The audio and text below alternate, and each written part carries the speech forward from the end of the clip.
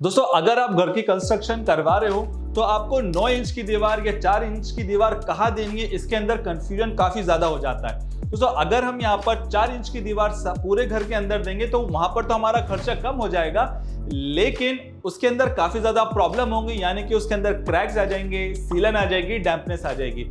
तो दोस्तों आज का ये वीडियो इसी पर होने वाला है, और अगर आपके घर पे भी कंस्ट्रक्शन हो रहा है तो ये वीडियो आपको जरूर देखना चाहिए। और इस वीडियो के अंदर आपको टोटल क्लियर हो जाएगा कि आपको यहाँ पर 9 इंच की दीवार और 4 इंच की दीवार कहाँ देनी है, और उसी के साथ साथ 9 इंच की और 4 इंच की दीवार बनाते टाइम हमें किन बातों का यहाँ पर ध्यान रखना होगा। तो दोस्तों चलते हैं इस वीडियो के अंदर। मैं हूं कॉर्पोरेट ट्रेनर अहमद हुसैन, तो इस वीडियो को शुरू करते हैं। दोस्तों हमारे दो तरीके के स्ट्रक्चर्स बनाए जाते हैं, एक होता है हमारा लोड बियरिंग वॉल और दूसरा हमारा होता है नॉन लोड बियरिंग वॉल। दोस्तों जो नॉन लोड बियरिंग वॉल होता है उसके अंदर जो हमारे कॉलम्स होते हैं या जो बीम्स होते हैं वो हमें यहाँ पर प्रोवाइड नहीं करना होता है। डायरेक्ट जो भी हमारा जो लोड होता है वो हमारा ब्रिक के थ्रू हमारा फाउंडेशन के अंदर ट्रांसफर हो जाता है, और जो कि काफी ज्यादा आउटडेटेड हो चुका है, काफी हमारा पुराने टाइम के अंदर बनाया जाता था। लेकिन दोस्तों आज के टाइम के अंदर हम जो भी स्ट्रक्चर्स बनाते हैं वो हम फ्रेम स्ट्रक्चर्स बनाते हैं। फ्रेम स्ट्रक्चर मतलब यानी कि जिसमें हमारा कॉलम होता है, बीम होते हैं, स्लैब होते हैं, तो इनको हम यहाँ पर लोड बियरिंग स्ट्रक्चर और हम यहाँ पर फ्रेम स्ट्रक्चर भी बोलते हैं। दोस्तों हम बात करते हैं फ्रेम स्ट्रक्चर की। तो दोस्तों फ्रेम स्ट्रक्चर के अंदर हम 4 इंच की वॉल दे सकते हैं, लेकिन अगर वहां पर अगर हमने सही तरीके से 4 इंच की वॉल नहीं दी तो हमारा अर्थक्वेक की वजह से या सीस्मिक फोर्सेस की वजह से वो काफी जल्दी टूट जाएगी। और उसी के साथ साथ हमारी जो 4 इंच की वॉल होती है वो अगर हम उसे बाहर प्रोवाइड करें, यानी कि आउटर वॉल के अंदर प्रोवाइड करें, तो वो काफी ज्यादा सिक्योरिटी पर्पस के लिए हमारे लिए यहाँ पर खतरा हो जाएगी। और अगर हम 4 इंच की वॉल बाहर साइड ही अगर हम प्रोवाइड करेंगे तो हमारा जो भी वेदरिंग कंडीशंस होगा, जो सीलन होगी, जो डैम्पनेस होगी,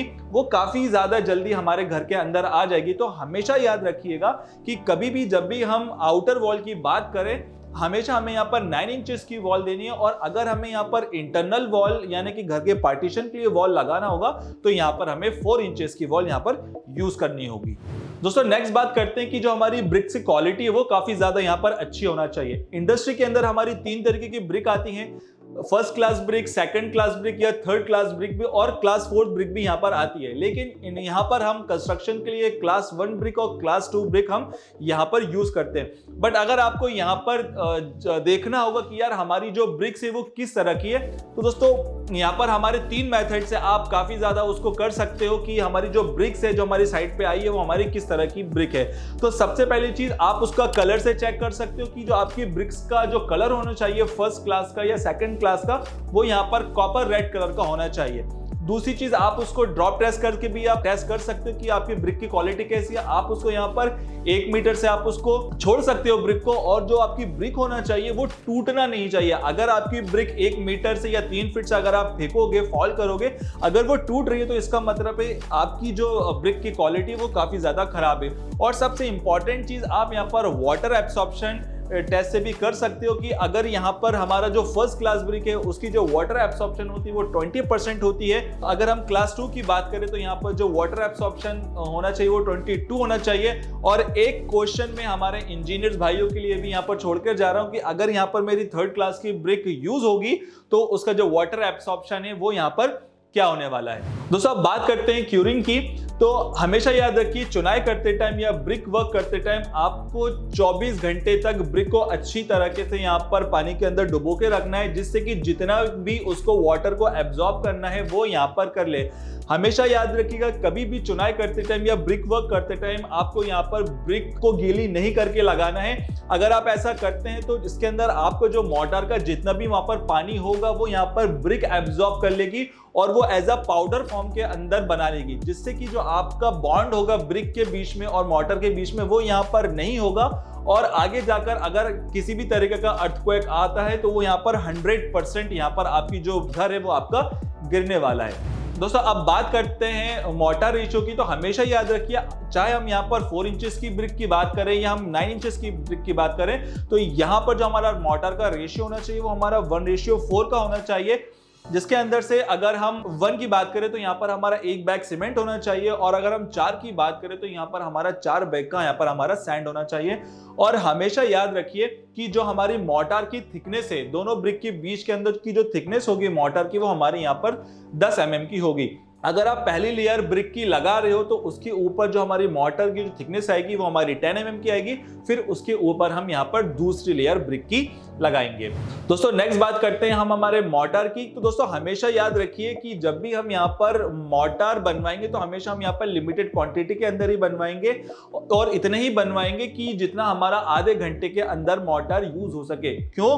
क्योंकि इस वजह से, क्योंकि जो हमारा सीमेंट का जो इनिशियल सेटिंग टाइम होता है वो हमारा आधे घंटे का होता है, और आधे घंटे के बाद जो हमारा सीमेंट होता है उसकी जो स्ट्रेंथ है वो यहाँ पर खोने लगता है। तो इसलिए हमेशा याद रखें कि जब भी आप मोर्टार को बनवाओगे वो हमेशा लिमिटेड ही हो। दोस्तों अब बात करते हैं स्टेबिलिटी इन ब्रिक वर्क की। तो हमेशा याद रखिएगा कि कभी भी हमें एक दिन के अंदर 3 से 4 फीट से ज्यादा यहाँ पर हमें ब्रिक वर्क नहीं करना है। अगर हम इस तरह से करते हैं तो जो हमारी ब्रिक वर्क है वो हमारा एक साइड से झुकने लगेगी। और हमेशा याद रखिएगा कि 4 फीट के बाद यहाँ पर हमें कंक्रीट बैंड प्रोवाइड करना होता है। उसके अंदर हमारे जो 8 mm की 2 सरिया हम उसके अंदर यूज करेंगे, और उसको हम एक यू बार से यू हुक से हम उसको यहाँ पर ज्वाइन कर देंगे। अब कंक्रीट बैंड से बेसिकली क्या होगा कि जितना भी आपका जो लोड ऊपर से आएगा उसकी वजह से वो पूरा कंक्रीट बैंड लोड ले लेगा, और यहाँ पर जो आपके क्रैक्स आने के चांसेस है वो बिल्कुल खत्म हो जाएंगे। दोस्तों नेक्स्ट बात करते हैं हम लिंटेल बीम की। तो दोस्तों आपने देखा होगा कि जो भी हमारी डोर्स होती हैं या जो विंडोज होती हैं उनके जॉइंट्स के अंदर क्रैक्स आ जाते हैं। दोस्तों वो इस वजह से होता है क्योंकि वहां पर जो हमने लिंटेल बीम है वो वहां पर नहीं दिया है। तो हमेशा याद रखिएगा कि हमें चाहे हमारी डोर्स हो चाहे विंडोज हो, उसके ऊपर हमें लिंटेल बीम देना होगी 100 mm की, जिससे कि क्या होगा, जो भी हमारा ऊपर का जो भी ब्रिक का लोड होगा वो हमारा इजीली जो हमारा लिंटेल बीम होगा वो बियर कर लेगा, और जो हमारी जो क्रैक्स हैं वो आगे जाके कभी भी डेवलप नहीं होंगे। दोस्तों नेक्स्ट बात करते हैं ब्रिक के जॉइंट्स की। तो हमेशा याद रखिएगा कि कभी भी जो हमारे ब्रिक्स के जॉइंट्स है वो एक के ऊपर एक नहीं आना चाहिए, यानी कि हमेशा वो जिगजैग मैनर में होना चाहिए, और जिससे कि जो उसकी स्ट्रेंथ है वो आ सकती है, और उसी के साथ जो हमारे क्रैक्स होने के जो चांसेस है वो यहाँ पर काफी कम हो जाती है। और हमेशा हमें ये भी याद रखना है कि कभी भी जब भी हम 4 इंचेस के लिए हम ब्रिक्स यूज करें तो उसके अंदर हम यहाँ पर फुल ब्रिक यूज करेंगे।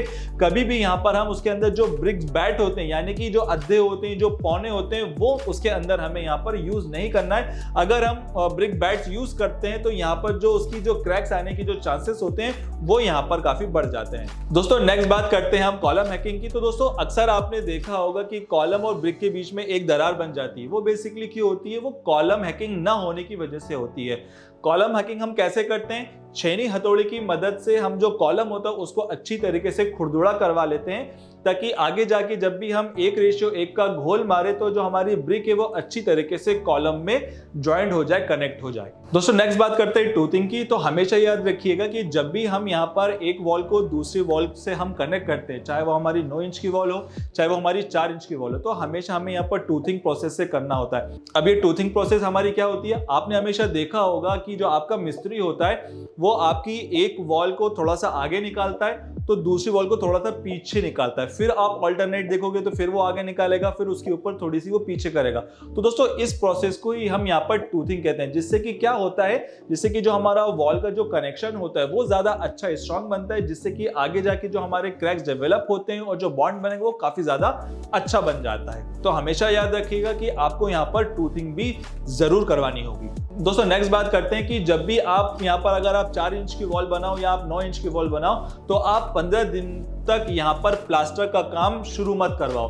क्यों मत करवाओ? वो इस वजह से क्योंकि आपको जो 4 इंच है या 9 इंच की वॉल है उसमें आपको 10 दिन तक अच्छी तरीके से तराई करना है, ताकि वो अच्छी तरीके से जो मोर्टार है या ब्रिक है अच्छी तरीके से वो वाटर को एब्जॉर्ब कर ले, और उसके बाद फिर 5 दिन उसको अच्छी तरह से सूखने दो। फिर उसके ऊपर आप यहाँ पर प्लास्टर करवाओ, तो उसके अंदर आपका जो प्लास्टर के अंदर जो क्रैक्स आने की जो चांसेस हैं वो बिल्कुल खत्म हो जाएंगे, और आगे जाके अगर किसी भी तरीके का अगर आपका अर्थक्वेक होगा तो आपका यहाँ पर ब्रिक भी किसी भी तरीके का सेटलमेंट नहीं होने वाला। तो इन बातों का जरूर यहाँ पर ध्यान रखिएगा। तो दोस्तों नेक्स्ट बात करते हैं। तो दोस्तों हमेशा याद रखिएगा कि जब भी आप कॉलम या बीम का जो ज्वाइंट होता है ब्रिक के साथ, तो उसके पहले आपको यहाँ पर चिकन मेश से उनको ज्वाइंट करवाना है। अगर आप यहाँ पर चिकन मैश नहीं लगवाओगे तो यहाँ पर जो बॉन्ड होगा कॉलम और ब्रिक के बीच में, तो यहाँ पर अच्छी तरीके से नहीं हो पाएगा। उस मोटर की जो बॉन्डिंग है वो अच्छी तरीके से नहीं हो पाएगी, जिससे कि आगे जाके जो क्रैक्स आने के चांसेस हैं वो यहाँ पर काफी ज्यादा बढ़ जाएंगे। तो आई होप दोस्तों आपको इसके अंदर काफी कुछ सीखने को मिला होगा कि हमें जब हम ब्रिक वर्क करवाएंगे तो हमें किन किन चीजों का यहाँ पर ध्यान देना है। तो दोस्तों अगर आपको ये वीडियो अच्छा लगा हो तो प्लीज हमारे इस वीडियो को लाइक करें, हमारे चैनल को सब्सक्राइब करें, और जो आप ये बेल आइकॉन देख रहे हैं उसको प्लीज आप यहाँ पर नोटिफिकेशन को ऑन कर दीजिएगा, जिससे कि हमारे आने वाले वीडियोस भी आपको यहाँ पर सबसे पहले मिलेंगे। तो मिलेंगे बहुत जल्द नेक्स्ट वीडियो में, तब तक के लिए बहुत बहुत शुक्रिया।